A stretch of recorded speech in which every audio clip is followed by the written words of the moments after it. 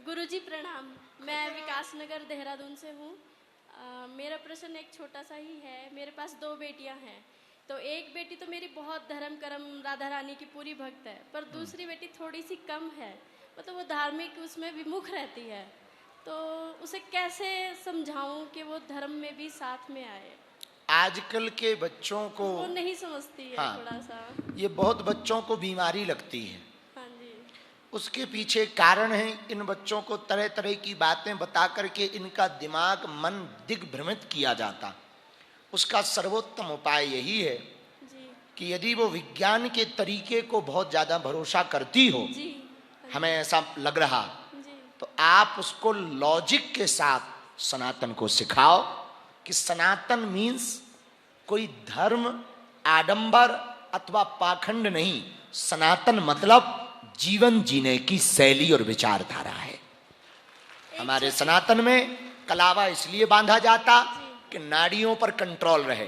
तिलक इसलिए लगाया जाता, आज्ञा चक्र पर हम पुष्प करें तो स्मरण शक्ति तेज हो। शिखा इसलिए रखते, ये पूरा सेंसिटिव एरिया है, यहाँ पे कोई डायरेक्ट चोट ना लगे, ठटरी ना भर जाए।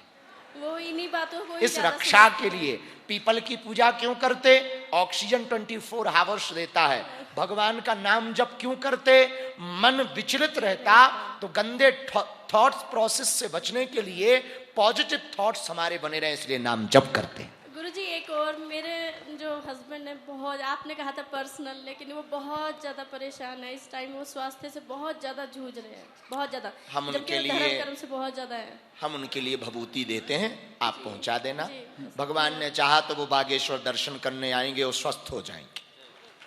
महाराज जी राधे राधे।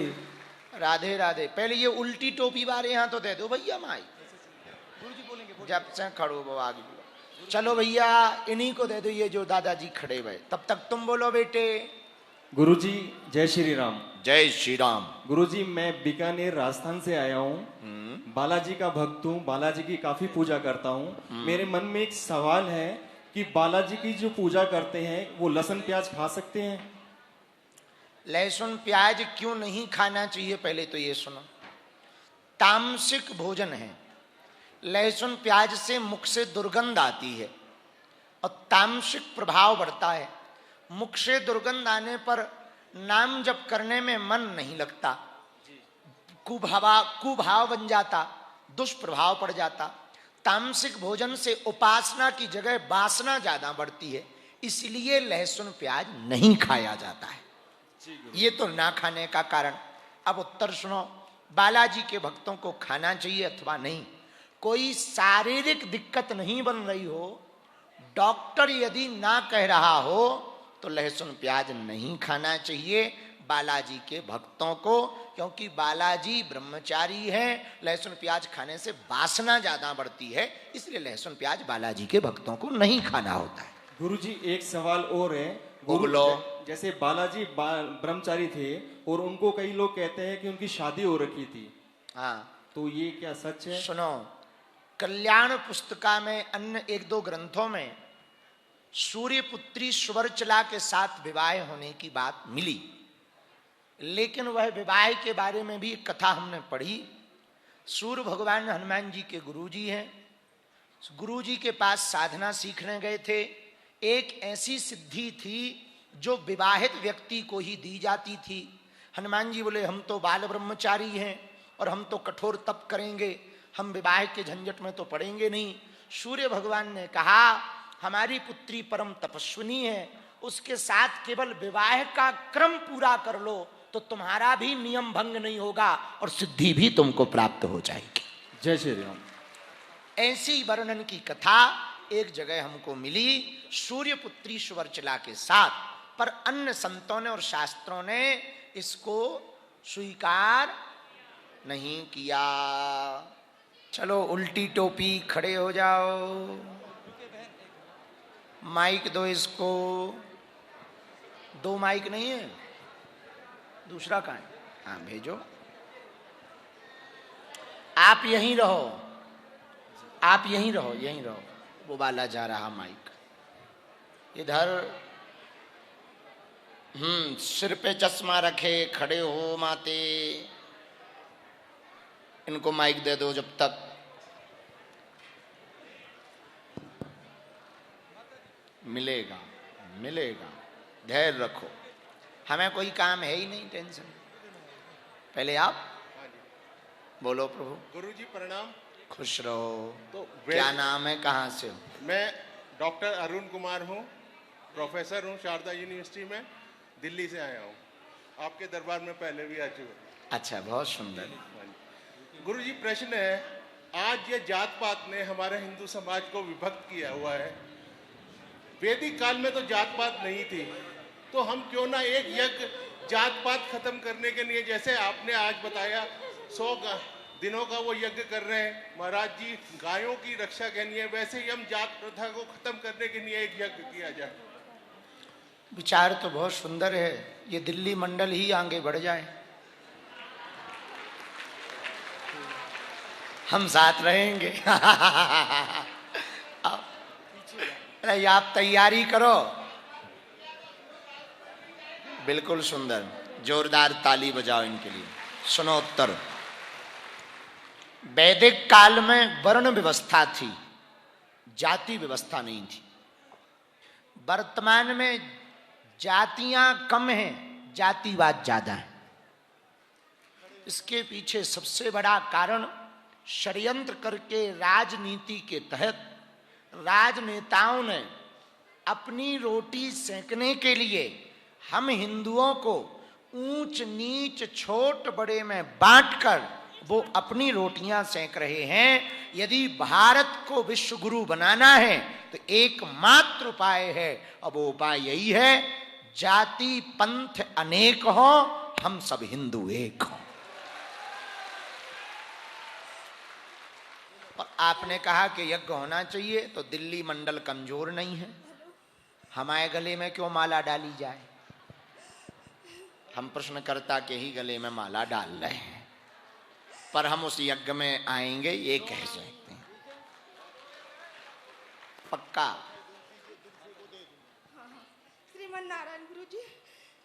श्रीमन नारायण कहाँ हो? इधर इधर। मेरा प्रश्न ये है, पहले तुम सांस ले लो,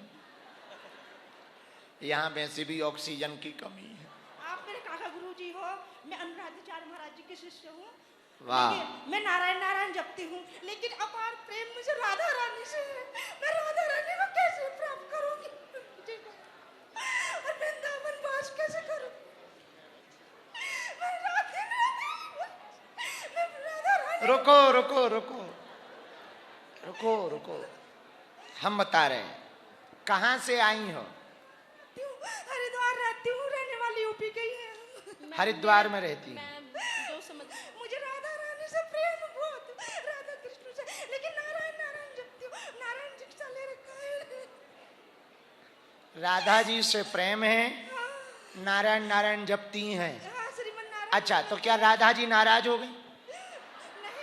हाँ। कभी नारायण जी नाराज ना हो। नारायण जी नाराज ना हो जाएं। राधा जी से प्रेम करते हैं नारायण जी। सुनो, कृष्ण भगवान किसके अवतार हैं?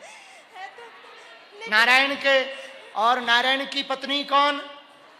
और लक्ष्मी जी का अवतार कौन है? अपनी घरवाली से काहे नाराज होंगे? लेकिन गुरुजी कहते हैं ना कि हमारे भक्तों को बैकुंठ मिलेगा। मुझे बैकुंठ का वैभव नहीं चाहिए, मुझे राधा रानी की दासी बनना है। ठीक है, सुनो, अब सुन लो, उत्तर सुनो। नारायण नारायण कहने से किशोरी जी नाराज नहीं होंगी। आप 500 रुपया के स्टाम्प पे हमसे लिखवा लो, ये हम कह सकते हैं दावे के साथ, एक छोटे से साधक होने के नाते। दूसरी बात, ब्रजवास चाहिए। किशोरी जी से प्रेम, किशोरी जी के प्रेम से ही नारायण मिलेंगे।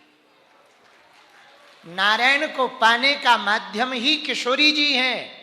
कई बार पिता कठोर होता है, मां सुकोमल होती है। पिता जब बात नहीं मानता तो माता जी के बाया थ्रो पहुंचो तो पिताजी बात मान जाते हैं। नारायण बात ना माने तो किशोरी जी के थ्रो जाया जाता है। तो आप जो कर रही बहुत बेहतर कर रही।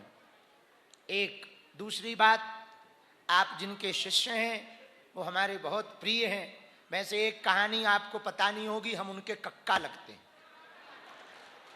हम पूज्य श्री आचार्य अनिरुद्धाचार्य जी के काका जी हैं, बल्कि उम्र में उनसे छोटे हैं, पर रिश्ता तो रिश्ता है। तो आपके जो पूजनीय गुरुजी हैं वो वृद्धों की बहुत सेवा करते हैं। गौरी गोपाल सेवा संस्थान के माध्यम से उनके प्रति आप निष्ठा बनाए रखो और उनकी ही कृपा से थोड़ा और उम्र हो जाने दो, बूढ़ी हो जाओ। और तुम्हारे गुरुजी बूढ़ी माताओं की सेवा करते हैं, सो वृंदावन पहुंच जाना, ब्रजवास मिल जाएगा। देखो, बिना खर्चा का उपाय बता दिया। वृंदावन में बसना है, बैकुंठ नहीं चाहिए।